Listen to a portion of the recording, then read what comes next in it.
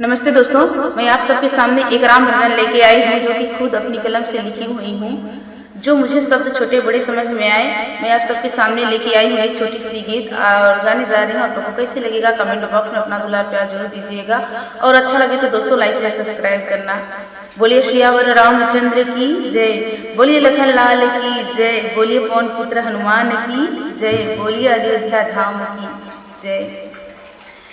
जियरानंद होई जाई हो अवध में राम जी, जियरानंद होई जाई हो आए अवध में राम जी, जियरानंद होई जाई हो आए अवध में राम जी, अवध में राम जी, अवध में राम जी, अवध में राम जी, अवध में राम जी, जियरानंद होई जाई हो आए अवध में राम जी, जियरानंद होई जाई हो आए अवध में राम जी।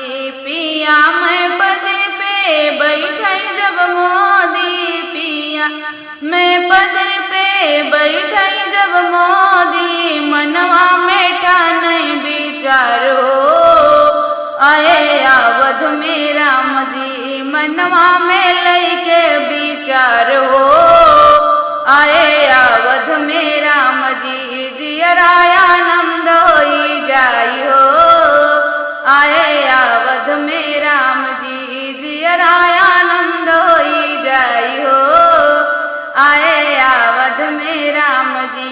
92 में जब भैली लड़ाई, 92 में जब भैली लड़ाई, कितने के लाल लुटाई कितने के भाई, कितने के लाल लुटाई कितने के भाई, कुर्बानी का मिला सौगात हो आए अवध में राम जी, कुर्बानी का मिला सौगात हो आए अवध में राम जी, जियरानंद होई जाई हो आए अवध में राम जी, जियरानंद होई जाई हो आए अवध में राम जी।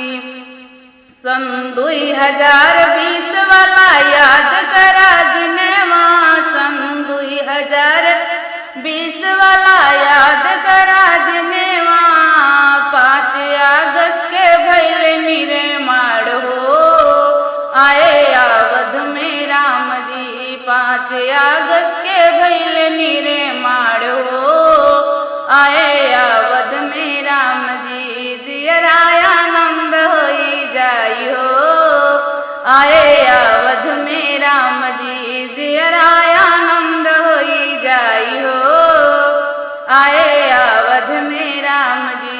कितने बरस राम दिनवा बिताए, कितने बरस राम वन में बिताए, कितने बरस राम वन में बितावे, मंदिर बनवावे फिरे मोदी योगी आए, मंदिर बनवावे फिरे मोदी योगी आए, आई गवा मोदी सरकार हो आए अवध में राम जी, आई गवा मोदी सरकार हो आए अवध में राम जी। मंदिर बनवावे आलीशान हो आए अवध में राम जी, मंदिर बनवाए आलीशान हो आए अवध में राम जी, जियरानंद होई जाई हो आए अवध में राम जी, जियरानंद होई जाई हो आए अवध में राम जी।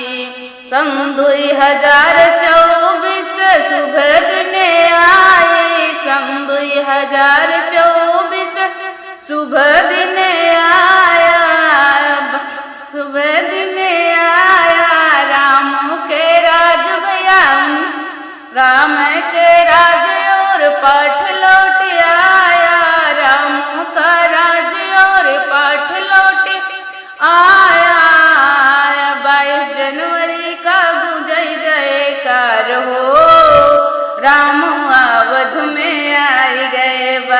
जनवरी का गुजा जयकार हो। आए अवध में राम जी जियरा आनंद होई जाई हो। आए अवध में राम जी लिखे उठा नया इतिहास हो। आए अवध में राम जी लिखे उठा नया इतिहास हो। आए अवध में राम जी। बोलिए सियावर रामचंद्र की जय हो।